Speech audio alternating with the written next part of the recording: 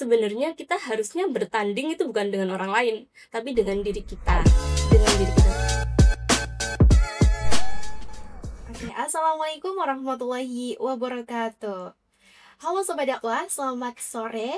Kembali lagi bersama saya Septi Rahmadani, tentunya di segmen kesayangan kita, yaitu segmen Kata Alumni. Di sini saya tidak sendiri ya, kita kedatangan seorang dosen yang Masya Allah sekali, luar biasa. Beliau adalah Bu Hovifah Hani Amariah, SOS MA. Beliau seorang dosen Fakultas Dakwah dan Saintek UIN Saizu Purwakarta. Bagaimana Ibu kabarnya? Alhamdulillah baik. Septi bagaimana kabarnya? Alhamdulillah baik juga Ibu. Bagaimana Ibu puasanya lancar? Alhamdulillah, insya Allah masih kuat, masih lancar gitu. Masya Allah, Alhamdulillah Ibu. Karena udah 21 ya Ramadannya, kurang lebih sekitar 9 hari lagi kita akan menjalankan Hari Raya Idul Fitri. Insya Allah. Oke Ibu, di sini saya akan membersamai Ibu untuk berbincang santai tentunya di segmen kita yaitu Kata Alumni. Dulu Ibu dari alumni UIN Saizu, betul? Betul. Betul sekali. Dulu Ibu di jurusan apa ya Bu? Saya dulu di jurusan Pengembangan Masyarakat Islam atau PMI di Fakultas Dakwah. Waktu itu masih IAIN Purwokerto.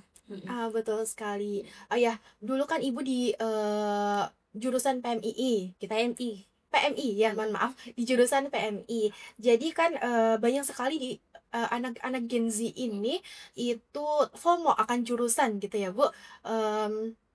Karena banyak sekali anak-anak ini ikut-ikutan tren. Jurusan sekarang lagi tren yang namanya jurusan kedokteran. Pasti anak-anak bakal bagaimana caranya kita bisa ikut gitu ya kedokteran. Terus juga ada nih komunikasi, jadi kita ikut ke jurusan ilmu komunikasi. Kenapa sih Ibu ambil jurusan pengembangan masyarakat Islam? Oke, pertanyaan yang sangat menarik ya Mbak. Karena sebenarnya kalau PMI gitu ya, mungkin di masyarakat kita secara umum masih banyak yang belum tahu. Kalau misalnya Mbak Septi coba tanya sama masyarakat itu ya, PMI itu apa? Pasti mereka mungkin jawabnya Palang Merah Indonesia dan sebagainya gitu ya. Tapi sebenarnya jurusan PMI ini jurusan yang sangat dekat dengan masyarakat gitu. Kalau di Fakultas Dakwah pada waktu itu ada 4 jurusan, dari KPI, BKI, MD, dan PMI gitu. Dan dari masing-masing jurusan sebenarnya memiliki keunikannya masing-masing gitu. Kalau dari jurusan PMI itu kan pengembangan masyarakat. Jadi pasti dalam kurikulumnya, dalam pembelajarannya itu akan banyak bersinggungan langsung dengan masyarakat seperti itu. Jadi saya tertarik itu karena memang mungkin ada ketertarikan tersendiri terhadap ilmu-ilmu sosial, dan lebih spesifiknya kalau di PMI itu pembahasannya lebih ke ilmu sosial yang kemasyarakatan seperti itu. Oke, berarti Bu Hovifah ini emang punya passion ya di ilmu sosial sehingga memilih untuk mengambil jurusan pengembangan masyarakat Islam. Oke, baik Ibu, di jurusan Ibu pengembangan masyarakat Islam itu kan pastinya punya daya tarik sendiri, keunikan sendiri pada masanya Ibu. Karena kata orang pasti di setiap era pasti ada masanya, di setiap masa pasti ada eranya, begitu. Jadi apa sih Ibu keunikan yang ada pada masanya Ibu pada saat itu? Terima kasih. Pada waktu itu kita semua teman-teman ya memang kita bisa dibilang masih angkatan awal, karena saya itu di angkatan 2017. Waktu itu kita angkatan ketiga, jadi di angkatan ketiga kita masih satu kelas, makanya saya rasa karena mungkin minoritas dan sedikit ya, jadi kita lebih kompak kayak gitu satu sama lain. Dan dari teman-teman PMI kita juga sering dilibatkan oleh dosen mata kuliah gitu ya, untuk ikut kuliah lapangan, untuk ikut terjun langsung ke lapangan menemui masyarakat. Kayak misalnya kita sering loh survei ke kayak lembaga-lembaga sosial, misal kayak panti asuhan, terus yayasan kayak fundraising seperti itu. Terus kita juga sering terjun langsung ke desa-desa, misal kayak di desa wisata atau pengembangan desa berbasis kerajinan dan sebagainya. Dan yang unik di angkatan saya ya pada waktu itu, biasanya kita kan ada kegiatan proker gitu kan, proker himpunan gitu ya, kadang HMJ atau HMPS atau DEMA dan sebagainya. yang unik di angkatan saya itu pernah mengadakan proker kelas. Itu jadi ada namanya Hari Kesetiakawanan Nasional, itu salah satu harinya anak-anak sosial gitu ya. Hari Kesetiakawanan Nasional, kita waktu itu mengadakan kayak semacam bakti sosial gitu ya. Kita mengundang anak yatim dari yayasan yang ada di Purwokerto, terus kita kumpulkan di auditorium di Purwokerto. Tapi sebelum itu, biar satu kampus itu ikut merasakan bagaimana sih meriahnya kesetiakawanan sosial nasional pada waktu itu, kita bikin bunga ratusan, dan itu disebarkan ke seluruh kampus kita, ke kampus kita, ke fakultas-fakultas, ke kelas-kelas, dan kita juga menyebarkan ke dosen-dosen. Itu jadi pengalaman dan kenangan yang sangat unik sih menurut saya. Terus selain itu, kita sering terlibat secara langsung, misal kayak bersama pemuda desa, terus kita ikut mengembangkan desa wisata dan sebagainya. Itu jadi pengalaman yang pastinya seru dan akan terkenal selamanya gitu sama teman-teman, seperti itu. Oke, Masya Allah sekali ya Ibu. Ternyata di jurusan pengembangan masyarakat Islam ini tentunya banyak sekali contohnya seperti proker-proker kelas ya, dalam lingkup sempit itu dalam proker kelas aja itu sudah bisa terjun langsung kepada masyarakat. Jadinya secara nggak langsung kita juga gimana ya belajar gitu ya Biar dari bisa terlibat langsung gitu dalam praktik di lapangan, meskipun kita juga mempelajari ilmunya secara teori di kelas kayak gitu. betul sekali. Jadinya nanti kalau semisal kita udah lulus, kita udah tahu bagaimana caranya kita terjun ke lapangan, bagaimana cara mengerjakan program kerja di lapangan dan langsung Betul. terjun bersama dengan masyarakat. Begitu Ibu. Oke, pastinya di perkuliahan ini Ibu tadi kan menyebutkan ada HMPS ataupun HMJ pada saat itu ya. Gitu. Pasti Ibu dulu mengikuti salah satu organisasi ataupun komunitas pada saat itu yang tentunya relevan dengan jurusan Ibu. Betul Mbak. Alhamdulillah ya, saya masuk ke Fakultas Dakwah yang memang menyediakan wadah yang sangat bagus menurut saya. Bahkan kita di Fakultas Dakwah ya ada 9 komunitas yang bisa dibilang waktu itu paling banyak di antara fakultas yang lain. Jadi ada berbagai macam komunitas dan wadah yang bisa apa ya, untuk mengembangkan bakat dan minat dari mahasiswa Fakultas Dakwah. Saya salah satunya mengikuti komunitas motivator. Sampai saat ini masih ada kan? Masih ada Iya, sampai masih eksis sampai sekarang. saat ini. Saya ikut komunitas motivator. Waktu itu masih semester awal, semester 2 mungkin waktu itu. Dan saya dipilih menjadi bendahara umum, dan alhamdulillah terus berjalan sampai seterusnya gitu ya. Selama masa perkuliahan saya aktif di komunitas motivator. Karena apa ya, dulu tuh rasanya seorang pemberdaya masyarakat juga perlu mengembangkan public speaking gitu ya, harus bisa ngomong di depan masyarakat toh. Nah, seperti itu. Jadi saya berminat ikut ke situ, dan waktu itu juga sempat jadi pembicara di seminar motivator di sekolah-sekolah. Kita dulu pernah terjun ke sekolah-sekolah langsung, jadi juga langsung terjun ke masyarakat lagi gitu kan. Ya, betul. Meskipun masyarakatnya lingkup sekolah, seperti itu.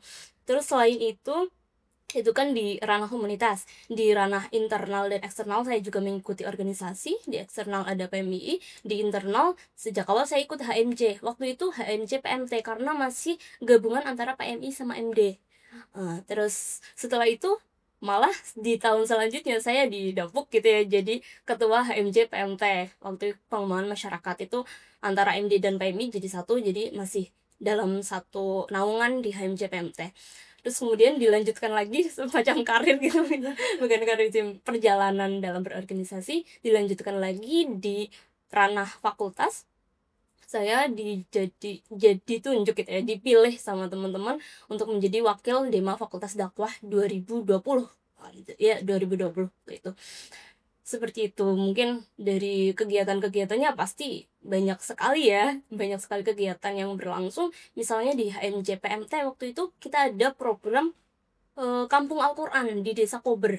Itu selama bulan Ramadan itu full kita mengadakan kegiatan, dan itu terlibat dengan masyarakat secara langsung, dan alhamdulillah dari masyarakatnya juga semangat dan mengapresiasi kegiatan yang kita lakukan di situ. Itu juga menjadi kenangan ya. Saya rasa saya kuliah di PM itu banyak banget kenangannya ya, karena memang kegiatannya itu bukan cuma sama teman-teman aja, tapi juga sama masyarakat secara langsung, seperti itu. Jadi Ibu ini seorang aktivis ya. bisa dibilang.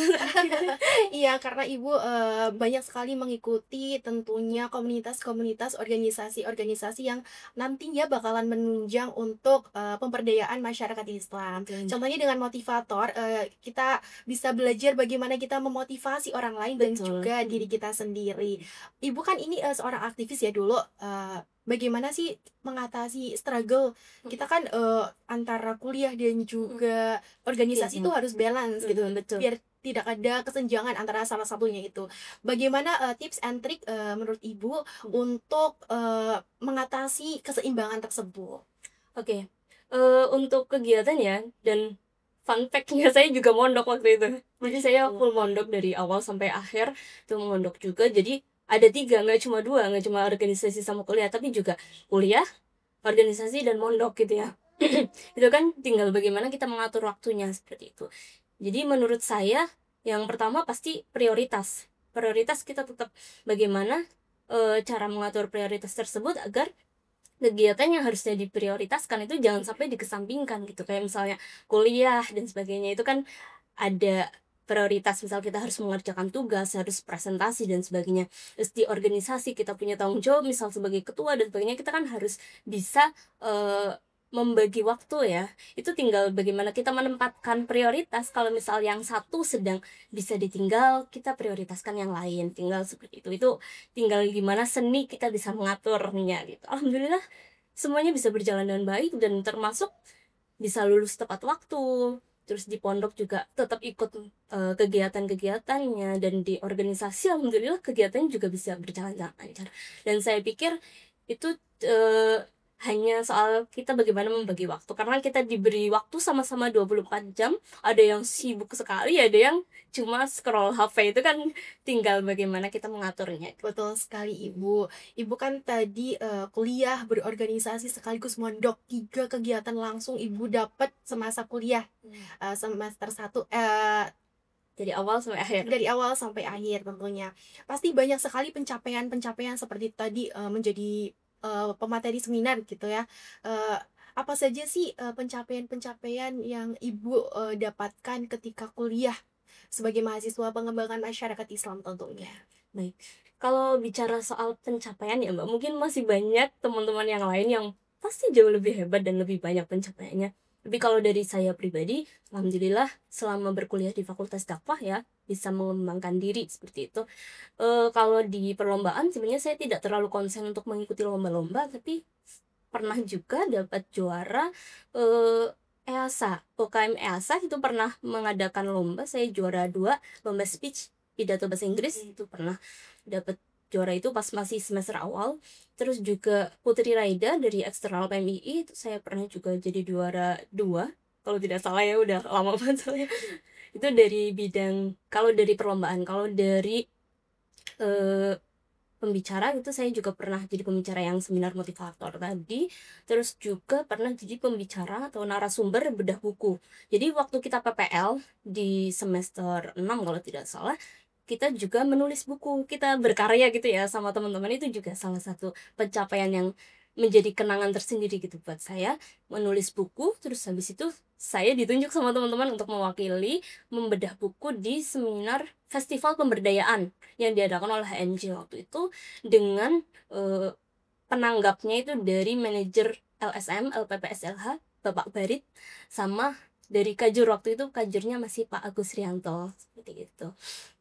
Mungkin itu. Oke, Ibu kan ini termasuknya sudah Masya Allah banget ya, sudah mempunyai banyak banget pencapaian-pencapaian dari semester 1 sampai semester 8 bahkan sampai sekarang.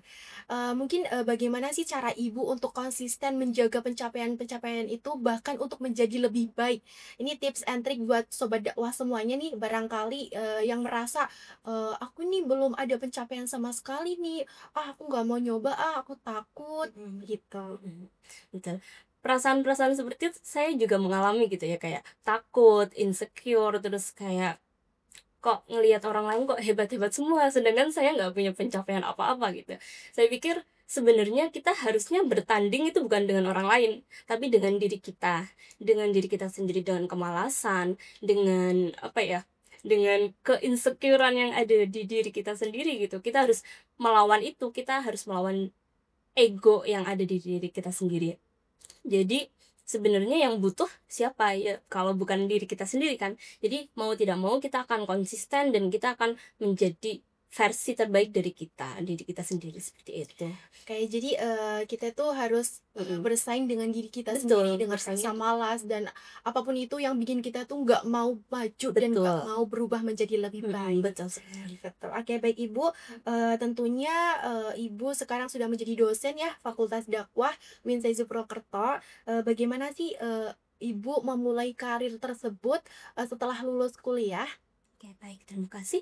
Jadi waktu S1 lulus S1 waktu itu saya memutuskan untuk langsung lanjut ya, karena saya rasa masih haus gitu dengan ilmu pengetahuan, karena ya itu ilmu pengetahuan semakin didalami kita semakin penasaran gitu, masih ingin lebih lanjut gitu ya. Jadi saya memutuskan untuk studi lanjut.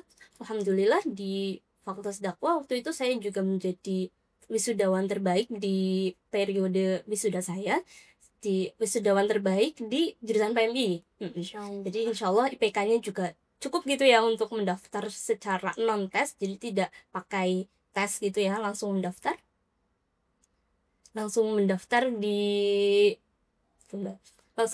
di UIN Sunan Kalijaga Yogyakarta, jurusannya pekerjaan sosial. Itu masih satu rumpun dengan PMI tapi lebih luas pembahasannya, seperti itu. Setelah itu saya mendaftar di UIN Sunan Kalijaga jurusan pekerjaan sosial pasca sarjana, dan alhamdulillah bisa lulus cepet juga.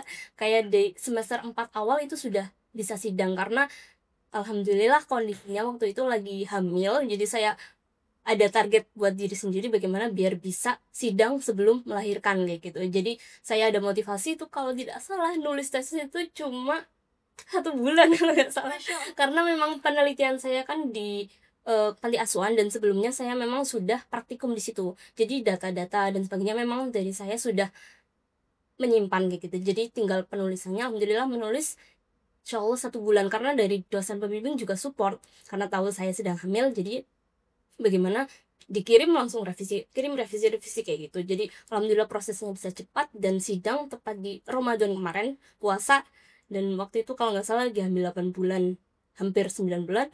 Alhamdulillah bisa langsung lulus, dan sempat jeda sejenak karena mengurus bayi.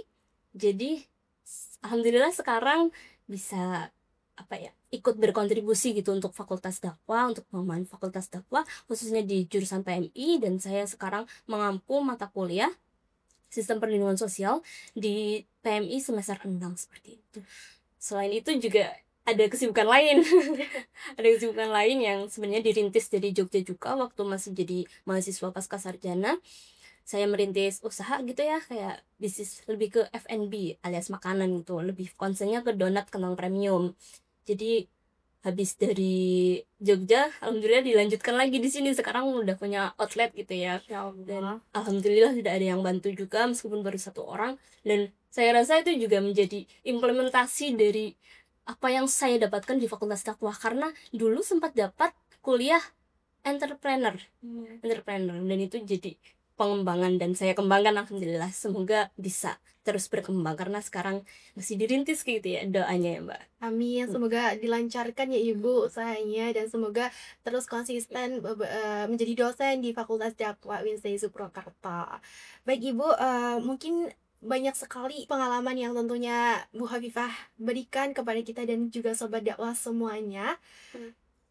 Semoga pembicaraan kita kali ini menjadi terkesan dan juga menjadi perubahan yang lebih baik untuk kita dan juga sobat dakwah semuanya.